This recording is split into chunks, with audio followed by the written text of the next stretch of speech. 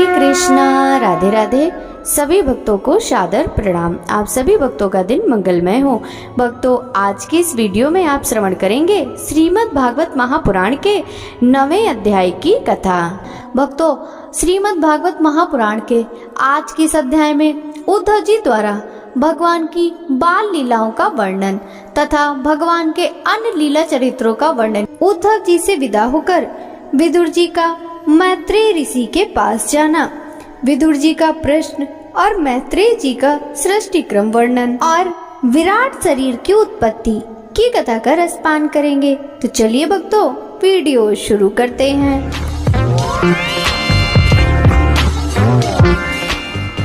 श्री सुखदेव जी कहते हैं, जब विदुर ने परम भक्त उद्धव से इस प्रकार उनके प्रीतम श्री कृष्ण से संबंध रखने वाली बातें पूछी, तब उन्हें अपने स्वामी का स्मरण हो आया और वे हृदय भर आने के कारण कुछ भी उत्तर ना दे सके। जब वे 5 वर्ष के थे, तब बालकों की तरह खेल में ही श्री कृष्ण की मूर्ति बनाकर उनकी सेवा पूजा में ऐसे तन्मय हो जाते थे कि कलेवे के लिए माता के बुलाने पर भी उसे छोड़कर नहीं जाना चाहते थे। अब तो दीर्घ काल से उन्हीं की सेवा में रहते रहते ये बूढ़े हो चले थे।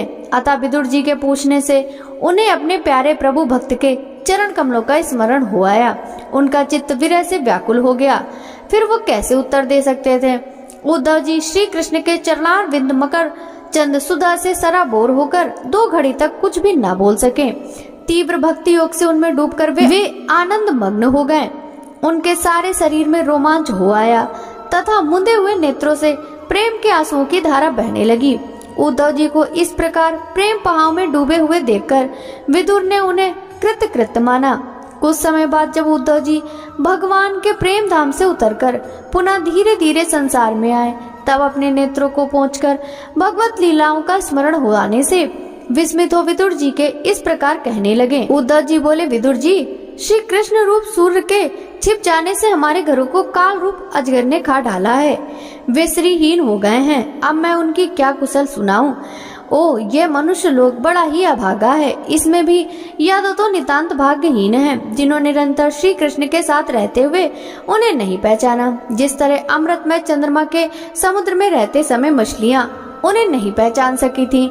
यादव लोग के मन के भाव को तोड़ने वाले बड़े समझदार और भगवान के साथ एक ही स्थान पर रहकर क्रीड़ा करने वाले थे, तो भी उन सब ने समस्त विश्व के आश्रय सर्वांतयामी श्री कृष्ण को एक श्रेष्ठ यादव ही समझा। किंतु भगवान की माया से मोहित इन यादव और इनसे व्रत का वैर ठानने वाले शिशुपाल आदि के अवहेलना और निंदा सूचक वाक्यों से भगवत प्राण महान भाव की बुद्धि भ्रम में नहीं पड़ती थी। जिन्होंने कभी तप नहीं किया, उन लोगों को भी इतने दिनों तक दर्शन देकर अब उनकी दर्शन लालसा को तृप्त किए बिना ही वे भगवान श्री कृष्ण को अपने त्रिभुवन मोहन श्री विग्रह को छिपाकर अंतर ध्यान हो गए और इस प्रकार उन्होंने मानो उनके नेत्रों को ही छीन लिया। भगवान ने अपनी योग माया का प्रभाव दिखाने के लिए मानव लीलाओं के योग जो दिव्य श्री विग्रह प्रकट किया था, वह इतना सुंदर था कि उसे देखकर सारा जगत मोहित हुई हो जाता था। वे स्वयं भी विस्मित हो जाते थे। सौभाग्य और सुंदरता की पराकाष्ठा उस रूप में उससे आभूषण भी विभूषित हो जाते थे। धर्मराज युधिष्ठिर के राजसूय यज्ञ में जब भगवान के उस नयनाभिराम रूप पर लोगों की दृष्टि पड़ी, तब त्रिलोकी ने यही माना था कि मानव सृष्टि की रचना में विधाता को जितनी चतुराई है, सब इसी रूप में हो गई है। उनके प्रेम पूर्ण हास्य विनोद और लीलामय चितवन से सम्मानित होने पर ब्रज बालाओं की आंखें उन्हीं की ओर लग जाती थी और उनका चित्त भी ऐसा तल्लीन हो जाता था कि वे घर के काम धंधों को अधूरा छोड़कर जड़ पुतलियों की तरह खड़ी हो जाती थी। चराचर जगत और प्रकृति के स्वामी भगवान ने जब अपने शांत रूप महात्माओं को अपने ही घोर रूप असुरों को सताए हुए जाते देखा, तब वे करुणा भाव से द्रवित हो गए और अजन्मा होने पर भी अपने अंश बलराम जी के साथ काष्ठ में अग्नि के समान प्रकट हुए। अजन्मा होकर भी वसुदेव जी के यहाँ जन्म लेने की लीला करना, सबको अभय देने वाले होने पर मानो कंस के भय से वज्र में जाकर छिप जाना और अनंत पराक्रमी होने पर भी काल यवन के सामने मधुरापुरी को छोड़कर भाग जाना।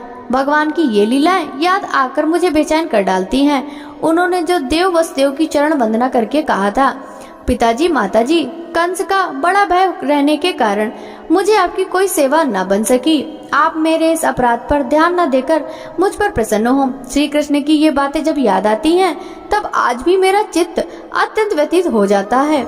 जिन्होंने काल रूप अपने भ्रुकुटी विलास से ही पृथ्वी का सारा भार उतार दिया था, उन श्री कृष्ण के पाद पद्म पराग का सेवन करने वाला ऐसा कौन पुरुष है जो उसे भूल सके। आप लोगों ने राजसूय यज्ञ में प्रत्यक्ष ही देखा था। श्री कृष्ण से द्वेष करने वाले शिशुपाल को वह सिद्धि मिल गई जिसके बड़े बड़े योगी भली भांति योग साधना करके इस प्रकार करते रहते हैं। उनका विरह भला कौन सह सकता था। शिशुपाल के सामने महाभारत युद्ध में जिन दूसरे योद्धाओं ने अपनी आंखों से भगवान श्री कृष्ण के नयनाभिराम मुख कमल का मकरंद पान करते हुए अर्जुन के बाणों से बिंधकर प्राण त्याग किया, वे पवित्र होकर सबके सब भगवान परम धाम को प्राप्त हो गए। सब भगवान श्री कृष्ण तीनों लोकों के अधीश्वर हैं, उनके समान कोई भी नहीं है, उनसे बढ़कर तो कौन होगा। वे स्वयं स्वतः सिद्ध ऐश्वर्य से ही सर्वदा पूर्ण काम है। इंद्र आदि असंख्य लोकपालगण नाना प्रकार की भेंटें ला लाकर अपने अपने मुकुटों के अग्रभाग से उनके चरण रखने की चौकी को प्रणाम किया करते हैं। विदुर जी, वे ही भगवान श्री कृष्ण राज सिंहासन पर बैठे हुए उग्रसेन के सामने खड़े होकर निवेदन करते थे, देव हमारी प्रार्थना सुनिए। उनके इस सेवा भाव की याद आते ही हम जैसे सेवकों का चित्त अत्यंत व्यथित हो जाता है। पापनी पूतना ने अपने स्तनों में हलाहल विष लगाकर श्री कृष्ण को मार डालने की नीयत से उन्हें दूध पिलाया था। उसको भी भगवान ने वह परम गति दी जो दाय को मिलनी चाहिए। उन भगवान श्री कृष्ण के अतिरिक्त और कौन दयालु है जिसकी शरण ग्रहण करें। मैं असुरों को भी भगवान का भक्त समझता हूँ, क्योंकि वैर भाव जनित क्रोध के कारण उनका चित्त सदा श्री कृष्ण में लगा रहता था और उन्हें रणभूमि में सुदर्शन चक्रधारी भगवान को कंधे पर चढ़ाकर झपटते हुए गरुड़ जी के दर्शन हुआ करते थे। ब्रह्मा जी की प्रार्थना से पृथ्वी का भार उतारकर उसे सुखी करने के लिए कंस के कारागार में वसुदेव देवकी के यहाँ भगवान ने अवतार लिया था। उस समय कंस के डर से पिता वसुदेव जी उन्हें नंदबाग के ब्रज में पहुंचा दिया था। वहाँ वे बलराम जी के साथ 11 वर्ष तक इस प्रकार छिपकर रहे कि उनका प्रभाव ब्रज के बाहर किसी पर प्रकट नहीं हुआ। यमुना के उपवन में जिसके हरे भरे वृक्षों पर कलरव करते हुए पक्षियों के झुंड रहते हैं, भगवान श्री कृष्ण ने बछड़ों को चराते हुए ग्वाल बालों की मंडली के साथ विहार किया था। वे ब्रजवासियों की दृष्टि आकृष्ट करने के लिए अनेकों बाल लीलाएं उन्हें दिखाते थे। कभी रोने से लगते, कभी हंसते और कभी सिंह सावक के समान मुग्ध दृष्टि से देखते। फिर कुछ बड़े होने पर वे सफेद बैल और रंग बिरंगी शोभा की मूर्ति गौओं को चराते हुए अपने साथी गोपों को बांसुरी बजा बजा कर रिझाने लगे। इसी समय जब कंस ने उन्हें मारने के लिए बहुत से मायावी और मनमाना रूप धारण करने वाले राक्षस भेजे, तब उनको खेल ही खेल में भगवान ने मार डाला, जैसे बालक खिलौना को तोड़ फोड़ डालता है। कालिया नाग का दमन करके विष मिला हुआ जल पीने से मरे हुए ग्वाल बालों और गौओं को जीवित कर उन्हें काली देकर निर्दोष जल पीने की सुविधा कर दी। भगवान श्री कृष्ण ने बढ़े हुए धन का सद्व्यय कराने की इच्छा से श्रेष्ठ ब्राह्मणों के द्वारा नंद भाव से गोवर्धन पूजा रूप गो यज्ञ करवाया। भद्र, इससे अपना मान भंग होने के कारण जब इंद्र ने क्रोधित होकर ब्रज का विनाश करने के लिए मूसलाधार जल बरसाना आरंभ किया, तब भगवान ने कर्णवश खेल ही खेल में छत्ते के समान गोवर्धन पर्वत को उठा लिया और अत्यंत घबराए हुए ब्रजवासियों की तथा उनके पशुओं की रक्षा की। संध्या के समय जब सारे वृंदावन में शरद के चंद्रमा की चांदनी छिटक जाती, तब श्री कृष्ण उनका सम्मान करते हुए मधुर गान करते और गोपियों के मंडल की शोभा बढ़ाते हुए उनके साथ रास विहार करते। उद्धव जी कहते हैं, इसके बाद श्री कृष्ण अपने माता पिता देवकी वसुदेव को सुख पहुंचाने की इच्छा से बलदेव जी के साथ मथुरा पधारे और उन्होंने शत्रु समुदाय के स्वामी कंस को ऊंचे सिंहासन से नीचे पटक कर तथा उसके प्राण लेकर उसकी लाश को पड़े जोर से पृथ्वी पर घसीटा। सांदीपनी मुनि के द्वारा एक बार उच्चारण किए हुए सांगोपांग वेद का अध्ययन करके दक्षिणा स्वरूप उनके मरे हुए पुत्र को पंचजन नामक राक्षस के पेट से लाकर दे दिया। भीष्म का नंदी रुक्मणी के सौंदर्य से तथा रुक्मी के बुलाने से जो शिशुपाल और उनके सहायक वहां आए हुए थे, उनके सिर पर पैर रखकर गांधर्व विधि के द्वारा विवाह करने के लिए अपनी नित्य संगिनी रुक्मणी को वे वैसे ही हरण कर लाएं जैसे गरुड़ अमृत कलश को ले आए थे। स्वयंवर में 7 बिना नथे हुए बैलों को नाद कर नागजीती से विवाह किया। इस प्रकार मान भंग हो जाने पर मूर्ख राजाओं ने शस्त्र उठाकर राजकुमारी को छीनना चाहा। तब भगवान श्री कृष्ण ने स्वयं बिना घायल हुए अपने शस्त्रों से उन्हें मार डाला।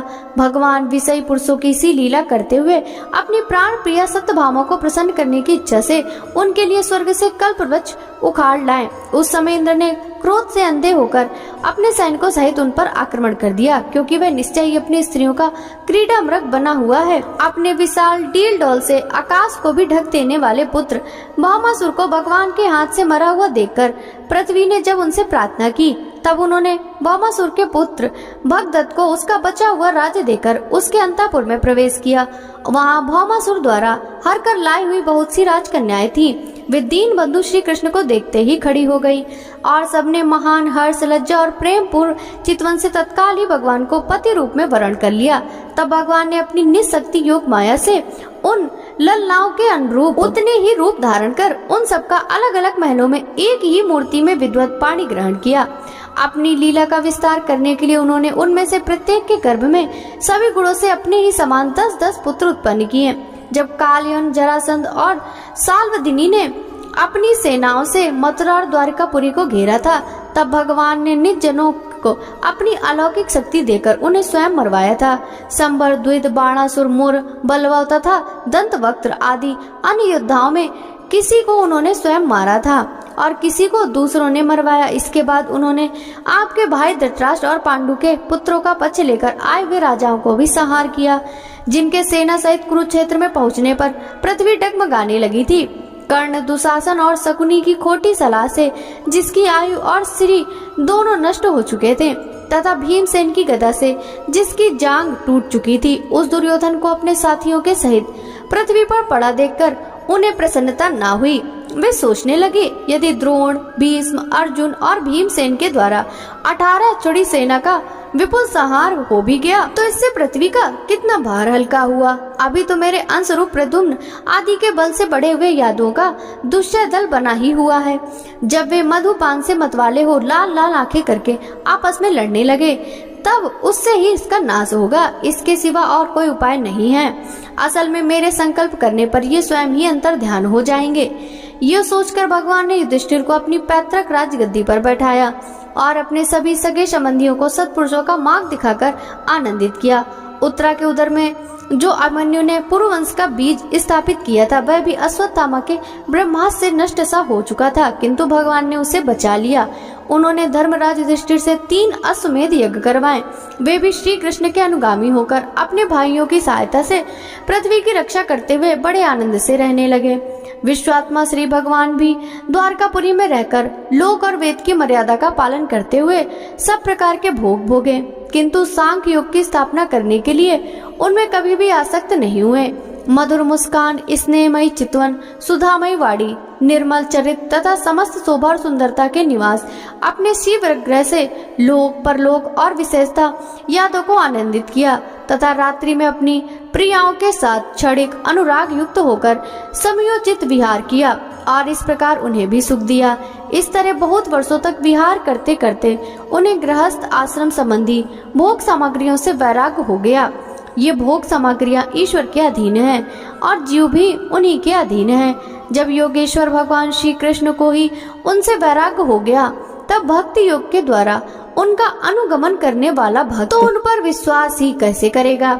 एक बार द्वारिकापुरी में खेलते हुए यदुवंशी और भोजवंशी बालकों ने खेल खेल में कुछ मनुष्यों को चिढ़ा दिया। तब यादव कुल का नाश ही भगवान को अभीष्ट है, यह समझकर उन ऋषियों ने बालकों को शाप दे दिया। इसके कुछ महीने बाद भाविवश वृष्णि, भोज और अंधकवंशी यादव बड़े हर्ष से रथों पर चढ़कर प्रभास क्षेत्र को गए। वहां स्नान करके उन्होंने तीर्थ के जल से पितर, देवता और ऋषियों का तर्पण किया तथा ब्राह्मणों को श्रेष्ठ गव्य दी। उन्होंने सोना, चांदी, सैया, वस्त्र, मृग चर्म, कंबल, पालकी, रथ, हाथी, कन्याएं और ऐसी भूमि जिससे जीविका चल सके तथा नाना प्रकार के सरस अन्न भी भगवत दर्पण करके ब्राह्मणों को दिए। इसके पश्चात गौ और ब्राह्मणों के लिए ही प्राण धारण करने वाले उन वीरों ने पृथ्वी पर सिर टेककर उन्हें प्रणाम किया। उद्धव जी ने कहा, फिर ब्राह्मणों की आज्ञा पाकर यादवों ने भोजन किया और बारूड़ी मदिरा पी। उससे उनका ज्ञान नष्ट हो गया और वे दुर्वचनों से एक दूसरे के हृदय को चोट पहुंचाने लगे। मदिरा के नशे से उनकी बुद्धि बिगड़ गई। जैसे आपस की रकड़ से बांसों में आग लग जाती है, उसी प्रकार सूर्यास्त होते होते उनमें मार काट होने लगी। भगवान अपनी माया की उस विचित्र गति को देखकर सरस्वती के जल से आचमन करके एक वृक्ष के नीचे बैठ गए। इससे पहले ही शरणागतों का दुख दूर करने वाले भगवान श्री कृष्ण ने अपने कुल का संहार करने की इच्छा होने पर मुझसे कह दिया था कि तुम बद्री का आश्रम चले जाओ। विदुर जी, इससे यद्यपि मैं उनका आशय समझ गया था, तो भी स्वामी के चरणों का वियोग न सहने के कारण मैं उनके पीछे पीछे प्रभास क्षेत्र में पहुंच गया। वहां मैंने देखा कि जो सबके आश्रय हैं, किंतु जिनका कोई और आश्रय नहीं है, वे प्रीतम प्रभु शोभाधाम श्याम सुंदर सरस्वती के तट पर अकेले ही बैठे हैं। दिव्य विशुद्ध शत्रुमय अत्यंत सुंदर श्याम शरीर हैं। शांति से भरी रत्नारी आंखें हैं। उनकी 4 भुजाएं और रेशमी पीताम्बर देखकर मैंने उनको दूर से ही पहचान लिया। वे एक पीपल के छोटे से वृक्ष का सहारा लिए बाई जांग पर दाया चरण कमल रखे बैठे थे। भोजन पान का त्याग कर देने पर भी आनंद से प्रफुल्लित हो रहे थे। इसी समय व्यास जी के प्रिय मित्र परम भागवत सिद्ध मैत्रेय जी लोकों में स्वच्छंद विचरते हुए वहां आ पहुँचे। मैत्रेय मुनि भगवान के अनुरागी भक्त हैं। आनंद और भक्ति भाव से उनकी गर्दन झुक रही थी। उनके सामने श्री हरि ने प्रेम एवं मुस्कान युक्त चितवन से मुझे आनंदित करते हुए कहा। श्री भगवान कहने लगे, मैं तुम्हारी आंतरिक अभिलाषा जानता हूँ, इसलिए मैं तुम्हें वह साधन देता हूँ जो दूसरों के लिए अत्यंत दुर्लभ है। उद्धव, तुम पूर्व जन्म में वसु थे। विश्व की रचना करने वाले प्रजापतियों और वसु के यज्ञ में मुझे पाने की इच्छा से ही तुमने मेरी आराधना की थी। साधु स्वभाव उद्धव, संसार में तुम्हारा यह अंतिम जन्म है, क्योंकि इसमें तुमने मेरा अनुग्रह प्राप्त कर लिया है। अब मैं मृत लोक को छोड़कर अपने धाम में जाना चाहता हूँ। इस समय वहाँ एकांत में तुमने अपनी अनन्य भक्ति के कारण ही मेरा दर्शन पाया है। यह बड़े सौभाग्य की बात है। पूर्व काल में पातकल्प के आरंभ में मैंने अपने नाभि कमल पर बैठे हुए ब्रह्मा को अपनी महिमा के प्रकट करने वाले जिस श्रेष्ठ ज्ञान का उपदेश किया था और जिसे विवेकी लोग भागवत कहते हैं, वही मैं तुम्हें देता हूँ। विदुर जी, मुझ पर तो प्रतिक्षण उन परम पुरुष की कृपा वर्षा करती थी। इस समय उनके इस प्रकार आदर पूर्वक कहने से स्नेहवश मुझे रोमांच हो आया। मेरी वाणी गदगद हो गई और नेत्रों से आंसू की धारा बहने लगी। उस समय मैंने हाथ जोड़कर उनसे कहा, स्वामिन, आपके चरण कमलों की सेवा करने वाले पुरुषों को इस संसार में अर्थ, धर्म, काम, मोक्ष और इन चारों में कोई भी पदार्थ दुर्लभ नहीं है। तथापि मुझे उनसे किसी की इच्छा नहीं है। मैं तो केवल आपके चरण कमलों की सेवा के लिए ही ललायत रहता हूँ। प्रभु, आप निष्प्रय होकर भी कर्म करते हैं, अजन्मा होकर भी जन्म लेते हैं, काल रूप होकर भी शत्रु के डर से भागते हैं और द्वारिका के किले में जाकर छिप रहते हैं, तथा स्वात्मा राम होकर भी 16,000 स्त्रियों के साथ रमण करते हैं। इन विचित्र चरित्रों को देखकर विद्वानों की बुद्धि में चक्कर पड़ जाती हैं। देव, आपका सर्व ज्ञान सर्वथा अबोध और अखंड है, फिर भी आप सलाह लेने के लिए मुझे बुलाकर जो बोले मनुष्यों की तरह बड़ी सावधानी से मेरी सम्मति पूछा करते थे। प्रभु, आपकी वह लीला मेरे मन को मोहित सा कर देती है। स्वामिन, अपने स्वरूप का गूढ़ रहस्य प्रकट करने वाला जो श्रेष्ठ एवं समग्र ज्ञान आपने ब्रह्मा जी को बतलाया था, वह यदि मेरे समझने योग्य हो तो मुझे भी सुनाइए, जिससे मैं भी संसार दुख को सुगमता से पार कर जाऊं। जब मैंने इस प्रकार अपने हृदय का भाव निवेदित किया, तब परम पुरुष कमल नयन भगवान श्री कृष्ण ने मुझे अपने स्वरूप की महिमा परम स्थिति का उपदेश दिया। इस प्रकार पूज्यपाद गुरु श्री कृष्ण से आत्म तत्व की उपलब्धि का साधन सुनकर तथा उन प्रभु के चरणों की वंदना और परिक्रमा करके मैं यहाँ आया हूँ। इस समय उनके विरह से मेरा चित्त अत्यंत व्याकुल हो रहा है। विदुर जी, पहले तो उनके दर्शन पाकर मुझे आनंद हुआ था, किंतु अब तो मेरे हृदय की उनकी विरह व्यवस्था अत्यंत पीड़ित कर रही है।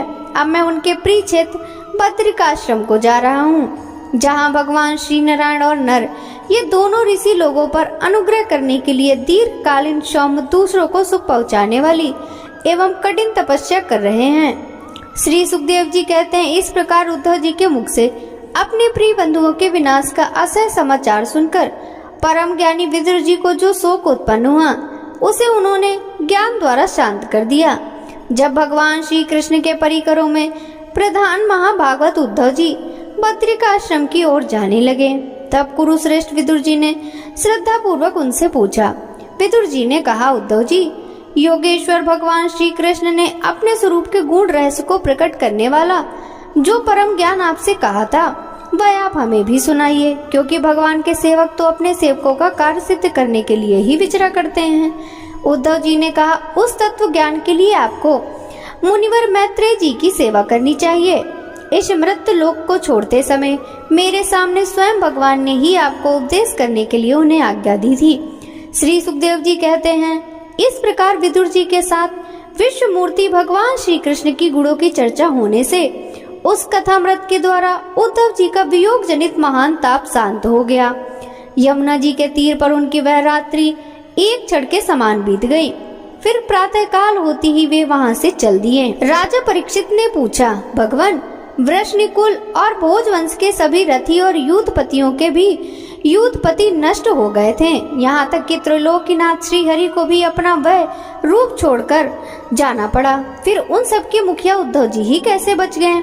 श्री सुखदेव जी ने कहा, जिनकी इच्छा कभी व्यर्थ नहीं होती, उन श्री हरि ने ब्राह्मणों के शाप स्वरूप काल के बहाने अपने कुल का संहार करने अपने श्री विग्रह को त्यागते समय विचार किया।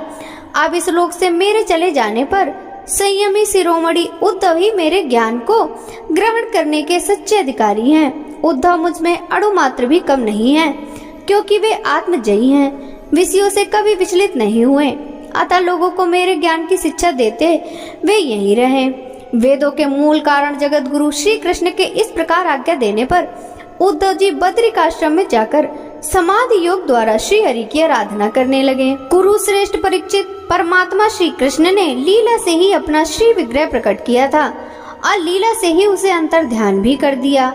उनका वह अंतर ध्यान होना भी धीर पुरुषों का उत्साह बढ़ाने वाला तथा पशु तुल्य अधीर पुरुषों के लिए अत्यंत दुष्कर था। परम भागवत उद्धव जी के मुख से उनके प्रशंसनीय कर्म और इस प्रकार अंतर ध्यान होने का समाचार पाकर तथा यह जानकर कि भगवान ने परम धाम को जाते समय मुझे भी स्मरण किया था, विदुर जी उद्धव जी के चले जाने पर प्रेम से विवल होकर रोने लगे।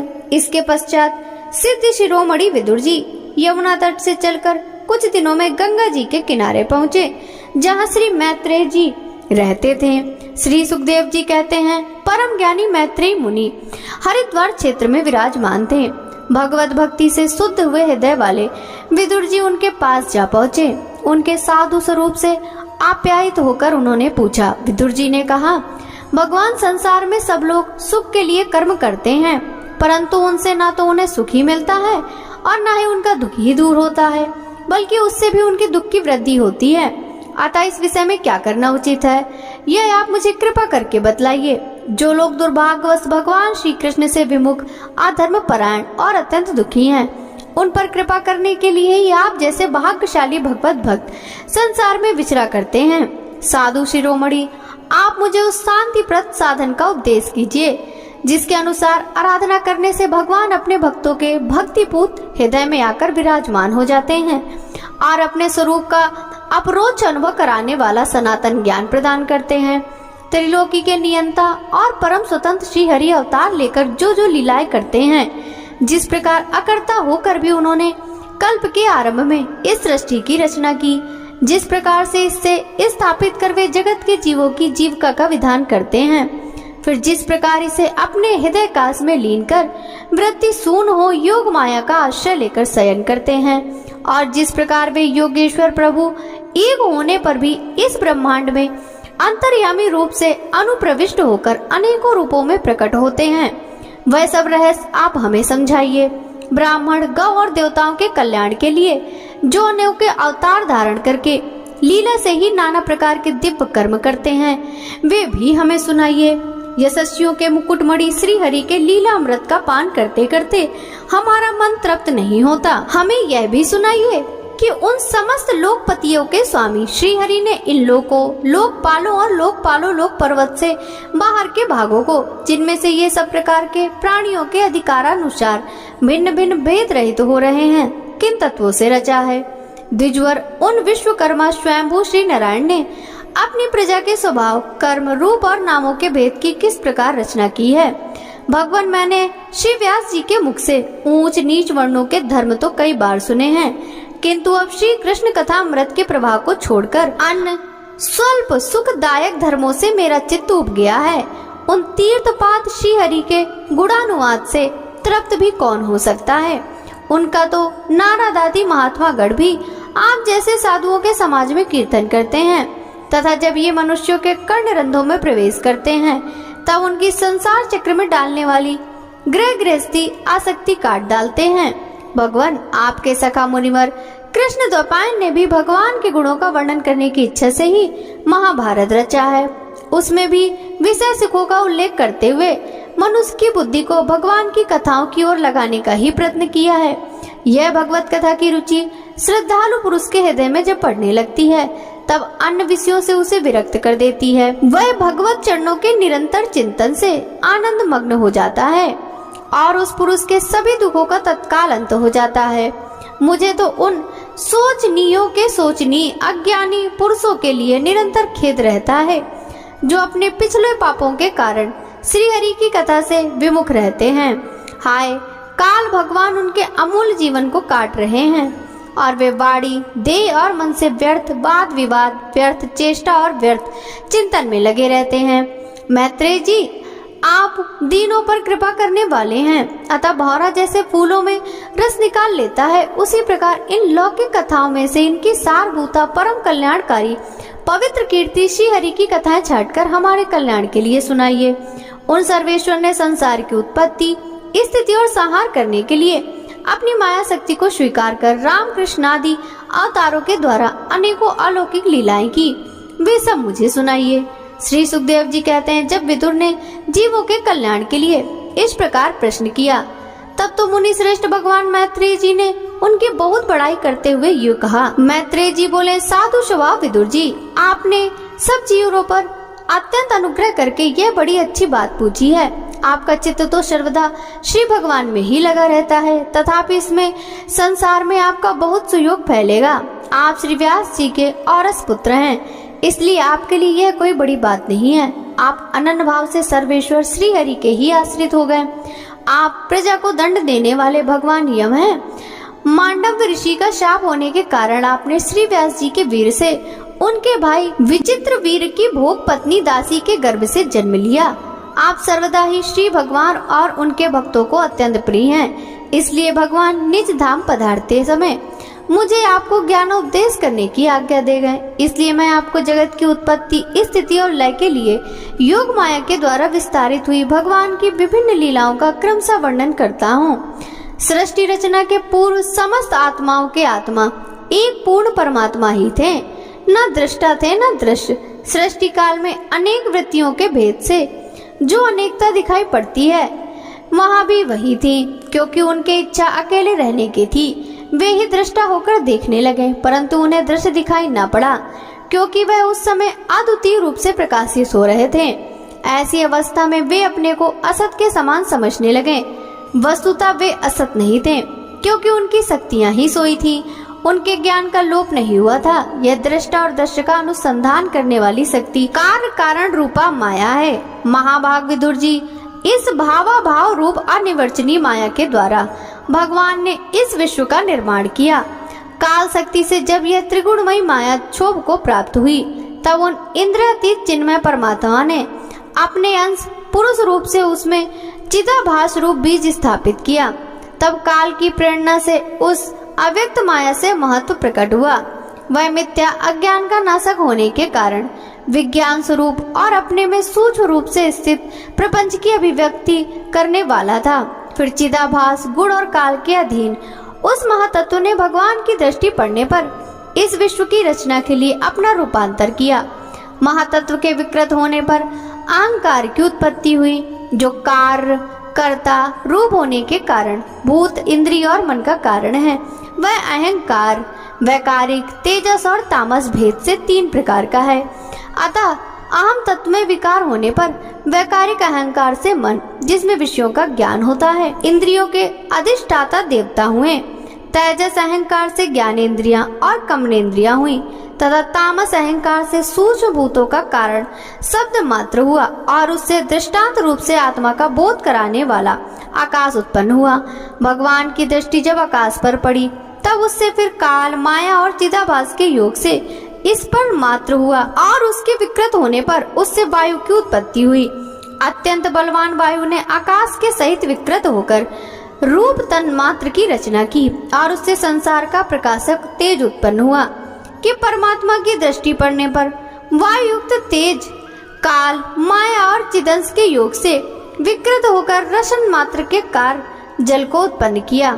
तदंतर तेज से युक्त जल ने ब्रह्मा का दृष्टिपात होने पर काल, माया और चिदंश के योग से गंध गुणमयी पृथ्वी को उत्पन्न किया। विदुर जी, इन आकाश आदि भूतों में से जो भूत पीछे पीछे उत्पन्न हुए उनमें क्रमशः अपने पूर्व भूतों के गुण भी अनुगत समझने चाहिए। ये महत्वादि के अभिमानी, विकार, विक्षेप और चेतनांश विशिष्ट देवगण श्री भगवान के ही अंश हैं, किंतु पृथक पृथक रहने के कारण जब वे विश्व रचना रूप अपने कार्य में सफल नहीं हुए तब हाथ जोड़कर भगवान कहने लगे। देवताओं ने कहा, देव, हम आपके चरण कमलों की वंदना करते हैं। ये अपनी शरण में आए हुए जीवों का दाप दूर करने के लिए छत्र के समान है तथा इनका आश्रय लेने से यतिजन अनंत संसार दुख सुगमता से ही दूर फेंक देते हैं। जगत कारण जगदीश्वर इस संसार में ताप त्रय से व्याकुल होने के कारण जीवों की जरा भी शांति नहीं मिलती। इसलिए भगवान, हम आपके चरणों की ज्ञानमयी छाया का आश्रय लेते हैं। मुनिजन एकांत स्थान पर रहकर आपके मुख कमल का आश्रय वाले वेद मंत्र पक्षियों के द्वारा जिनका अनुसंधान करते हैं तथा जो संपूर्ण पापनाशी नदियों में श्रेष्ठ श्री गंगा जी के उद्गम स्थान है, आपके उन परम पावन पाद पद्मों का हम आश्रय लेते हैं। हम आपके चरण कमलों की उस चौकी का आश्रय ग्रहण करते हैं जिसे भक्तजन श्रद्धा और श्रवण कीर्ति आदि रूप भक्ति से परिमार्जित अंतःकरण में धारण करके वैराग्य संपूर्ण ज्ञान के द्वारा परम धीर हो जाते हैं। इस आप संसार की शक्ति, उत्पत्ति, स्थिति और संहार के लिए अवतार लेते हैं तथा हम सब आपके उन चरण कमलों की शरण लेते हैं जो अपना स्मरण करने वाले भक्त जनों को अभय कर देते हैं। जिन पुरुषों को देह, गे तथा उनसे संबंध रखने वाले अन्य तुच्छ पदार्थों में अहंता, ममता का दृढ़ दुराग्रह है, उनके शरीर में रहने पर भी जो अत्यंत दूर है, उन्हीं आपके चरणान बिंदु को हम बसते हैं। परम यशस्वी परमेश्वर इंद्रियों के विषयाभुक होने के कारण जिसका मन सर्वदा बाहर ही भटकता है, वे पामर लोग आपके विलासपूर्ण पाद विन्यास की शोभा के विशेषज्ञ भक्त जनों का दर्शन नहीं कर पाते। इसी से वे आपके चरणों से दूर रहते हैं। देव, आपके कथामृत का पान करने से उमड़ी हुई भक्तों के कारण जिनका अंतःकरण निर्मल हो गया है, वे लोग वैराग्य ही जिसका सार है, ऐसा आत्मज्ञान प्राप्त करके अनायास ही आपके वैकुंठ धाम लोक को चले जाते हैं। दूसरे धीर पुरुष चित्त निरोध रूप समाधि के बल से आपकी बलवती माया को जीतकर आप में ही लीन हो जाते हैं, पर उन्हें श्रम बहुत होता है, किंतु आपकी सेवा के मार्ग में कुछ भी कष्ट नहीं। अग्निदेव, आपने सृष्टि रचना की इच्छा से हमें त्रिगुणमय रचा है, इसलिए विभिन्न स्वभाव होने के कारण हम आपसे मिल नहीं पाते और इसी से आपकी क्रीड़ा के साधन स्वरूप ब्रह्मांड की रचना करके उसे आपको समर्पित करने में असमर्थ हो रहे हैं। अतः जन्म रहित भगवान, जिससे हम ब्रह्मांड रचकर आपको सब प्रकार के भोग समय पर समर्पित कर सकें और जहां स्थित होकर हम भी अपनी योग्यता के अनुसार अन्न ग्रहण कर सके तथा ये सब जीव भी सब प्रकार की विघ्न बाधाओं से दूर रहकर हम और आप दोनों को भोग समर्पित करते हुए अपना अपना अन्न भक्षण करना चाहिए। ऐसा कोई उपाय कीजिए। आप निर्विकार पुराण पुरुष ही अन्नकार वर्ग के सहित हम देवताओं के आदि कारण देव देव हैं। आप पहले अजन्महीन से सत्वादि गुण और जन्मादि कर्मों की कारण रूपता माया शक्ति चिदाभा स्वरूप वीर स्थापित किया था। परमात्मा देव महादित्य रूप हम देवगण जिस कार्य के लिए उत्पन्न हुए हैं उन संबंध में क्या करें। देव हम ही आप पे अनुग्रह करने वाले हैं, इसलिए ब्रह्मांड रचना के लिए आप हमें क्रियाशील के सहित अपनी ज्ञान शक्ति का भी प्रदान कीजिए। श्री मैत्रेय ऋषि ने कहा, सर्वशक्तिमान भगवान ने जब देखा कि आपस में संगठित ना होने के कारण मेरी महातत्व आदि शक्तियां विश्व रचना के कार्य में असमर्थ हो रही हैं, तब वे काल शक्ति को स्वीकार करके एक साथ ही महत्व, अहंकार, पंचभूत, पंच तन्मात्रा और मन सहित 11 इंद्रियां, इन 23 तत्वों के समुदायों में प्रविष्ट हो गए। उनसे प्रविष्ट होकर उन्होंने जीवों के सोए हुए अदृष्ट को जागृत किया और परस्पर विलग हुए उस तत्व समूह को अपनी क्रिया शक्ति के द्वारा आपस में मिला दिया। इस प्रकार जब भगवान ने अदृष्ट को कार्योन्मुख किया, तब उस समय 23 तत्वों के समूह ने भगवान की प्रेरणा से अपने अंशों द्वारा आदि पुरुष विराट को उत्पन्न किया। अर्थात जब भगवान ने अंश रूप से अपने उस शरीर में प्रवेश किया, तब वह विश्व रचना करने वाला महातत्वादि का समुदाय एक दूसरे से मिलकर परिणाम को प्राप्त हुआ। यह तत्वों का परिणाम ही विराट पुरुष है, जिससे चराचर जगत विद्यमान है।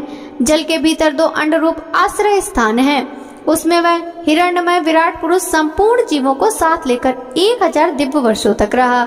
वह विश्व रचना करने वाले तत्वों का गर्भ था तथा ज्ञान, क्रिया और आत्म शक्ति से संपन्न था। इन शक्तियों से उसने स्वयं अपने क्रमशः 1, 10 और 3 विभाग किए। यह विराट पुरुष ही प्रथम जीव होने के कारण, समस्त जीवों का आत्मा, जीव रूप होने के कारण, परमात्मा अंश और प्रथम अभिव्यक्ति होने के कारण भगवान आदि का अवतार है। यह संपूर्ण भूत समुदाय इसी में प्रकाशित है। यह अध्याय अधिभूत और अधिदैविक रूप से 3 प्रकार का है, प्राण रूप से 10 प्रकार का और हृदय रूप से 1 प्रकार का है। फिर विश्व रचना करने वाले महातत्व आदि के अधिपति श्री भगवान ने उनकी प्रार्थना को स्मरण कर उनकी वृत्तियों को जगाने के लिए अपने चेतन रूप तेज से उस विराट पुरुष को प्रकाशित किया, उसे जगाया। उसके जागृत होते ही देवताओं के लिए कितने स्थान प्रकट हुए, यह मैं आपको बतलाता हूँ, सुनो। विराट पुरुष के पहले मुख प्रकट हुआ, उसमें लोकपाल, अग्नि और अंश वाग्नेन्द्रियों के समेत प्रविष्ट हुआ, जिससे यह जीव बोलता है। फिर विराट पुरुष के तालु उत्पन्न हुआ, उसमें लोकपाल वरुण अपने अंश रसनेन्द्रिय के सहित स्थित हुआ, जिससे जीव रस ग्रहण करता है। इसके पश्चात उस विराट पुरुष के नथुने प्रकट हुए, उनमें दोनों अश्विनी कुमार अपने अंश ग्रहणेन्द्रियों के सहित प्रविष्ट हुए, जिसमें जीव रंध्र ग्रहण करता है। इसी प्रकार जब उस विराट देह में आंखें प्रकट हुई, तब उनमें अपने अंश नेत्रेंद्र के सहित लोकपति सूर्य ने प्रवेश किया, जिस नेत्रेंद्र से पुरुष को विविध रूप का ज्ञान होता है। फिर उस विराट विग्रह में त्वचा उत्पन्न हुई, उसमें अपने अंश त्वगेंद्रियों के सहित वायु स्थित हुई, जिस त्वगेंद्रिय से जीव स्पर्श का अनुभव करता है। जब इसके कर्ण चित्र प्रकट हुए, तब उनमें अपने अंश श्रवणेन्द्रियों के सहित दिशाओं में प्रवेश किया, जिस श्रवणेन्द्रिय से जीवों को शब्द का ज्ञान होता है। फिर विराट शरीर में चर्म उत्पन्न हुआ, उससे अपने अंश के रोमों सहित आदि को अनुभव करता है। उसमें अपने अंश रोमों के सहित औषधियां स्थित हुई, जिन रोमों से जीव खुजली आदि का अनुभव करता है। अब उसके लिंग उत्पन्न हुआ, अपने इस आश्रय में प्रजापति ने अपने अंश वीर के सहित प्रवेश किया, जिससे जीव आनंद का अनुभव करता है। फिर विराट पुरुष के गुदा प्रकट हुई, उसमें लोकपाल मित्र ने अपने अंश पायु इंद्र के सहित प्रवेश किया, इससे जीव मल त्याग करता है। इसके पश्चात उसके हाथ प्रकट हुए, उनमें अपनी ग्रहण त्याग रूपा शक्ति के सहित देवराज इंद्र ने प्रवेश किया। इस शक्ति से जीव अपनी जीविका प्राप्त करता है। जब इसके चरण उत्पन्न हुए, तब उनमें अपनी शक्ति गति के सहित लोकेश्वर विष्णु ने प्रवेश किया। इस गति शक्ति द्वारा जीव अपने गंतव्य स्थान पर पहुंचता है। फिर इसके बुद्धि उत्पन्न हुई, अपने इन स्थानों में अपने अंश बुद्धि शक्ति के साथ वाक्पति ब्रह्मा ने प्रवेश किया। इस बुद्धि शक्ति से जीव ज्ञातव्य विषयों को जान सकता है। फिर इसमें हृदय प्रकट हुआ, उसने अपने अंश मन के सहित चंद्रमा स्थित हुआ। इस मन शक्ति के द्वारा जीव संकल्प, विकल्प आदि रूप विकारों को प्राप्त होता है। तत्पश्चात विराट पुरुष में अहंकार उत्पन्न हुआ। हम अपने आश्रय में क्रिया शक्ति सहित अभिमान ने यानी रुद्र ने प्रवेश किया, इससे जीव अपने कर्तव्य को स्वीकार करता है।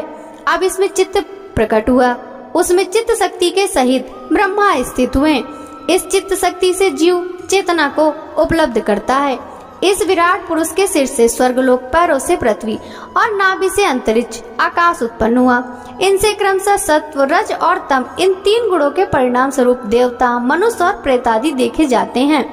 इनमें देवता लोग सत्व गुण की अधिकता के कारण स्वर्गलोक में, मनुष्य और उनके उपयोगी गौ आदि जीव रजोगुण की प्रधानता के कारण पृथ्वी में, तथा तमोगुणी स्वभाव वाले होने से रुद्र के पार्षद गण, भूत प्रेत आदि दोनों के बीच में स्थित भगवान के नाभि स्थानीय अंतरिक्ष लोक में रहते हैं।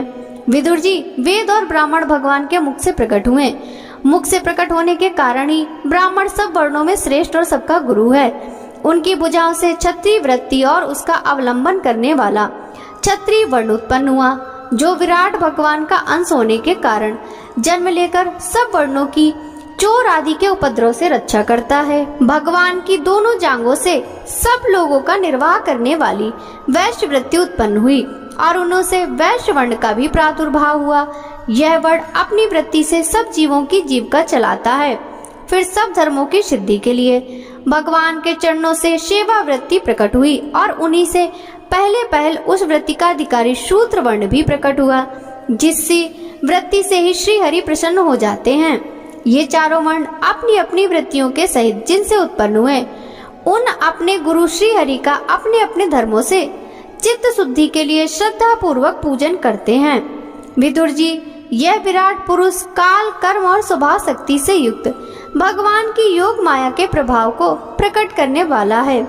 इसके स्वरूप का पूरा वर्णन कौन साहस कर सकता है। तथापि प्यारे विदुर जी, अन्य व्यवहारिक चर्चाओं से अपवित्र हुई अपनी वाणी को पवित्र करने के लिए जैसे मेरी बुद्धि है और जैसा मैंने गुरु मुख से सुना है, वैसा श्री हरि का श्रेयस वर्णन करता हूँ। महापुरुषों का मत है कि पुण्य श्लोक शिरोमणि श्री हरि के गुणों का गान करना ही मनुष्य की वाणी का तथा विद्वानों के मुख से भगवत कथा अमृत का पान करना ही उनके कानों का सबसे बड़ा लाभ है। वत्स, हम ही नहीं, आदि कवि श्री ब्रह्मा जी ने 1000 दिव्य वर्षों तक अपनी योग परिपक्व बुद्धि से विचार किया, तो भी क्या वे भगवान की अमित महिमा का पार पा सके। अतः भगवान की माया बड़े बड़े मायावियों को भी मोहित कर देने वाली है, उसकी चक्कर में डालने वाली चाल अनंत है। इतने स्वयं भगवान भी उसकी थाह नहीं लगा सकते, फिर दूसरों की तो बात ही क्या। जहाँ ना पहुंचकर मन के सहित वाणी भी लौट आती है, तथा जिनका पार पाने में अहंकार के अभिमानी रुद्र तथा अन्य इंद्रियाष्टाता देवता भी समर्थ नहीं है, उन श्री भगवान को हम नमस्कार करते हैं। श्री सुखदेव जी कहते हैं, मैत्री जी का यह भाषण सुनकर बुद्धिमान व्यास नंदन विदुर जी ने उन्हें अपनी वाणी से उत्पन्न करते हुए कहा। भक्तों, आगे की कथा का रसपान हम कल के अध्याय में करेंगे। श्रीमद् भागवत महापुराण की यह कथा यदि आपको अच्छी लगी हो तो इस वीडियो को लाइक कर ज्यादा से ज्यादा भक्तों के साथ शेयर कीजिएगा। साथ ही वीडियो के कमेंट बॉक्स में जय श्री कृष्णा, राधे राधे जरूर लिखिएगा, जिससे भगवान श्री कृष्ण की कृपा दृष्टि सदा सर्वदा आप सभी पर इसी प्रकार बनी रहे। आपसे मिलते हैं श्रीमद् भागवत महापुराण के 3 स्कंद के अंतर्गत आगे की कथाओं के साथ। तब तक सभी भक्तों को हरे कृष्णा, राधे राधे।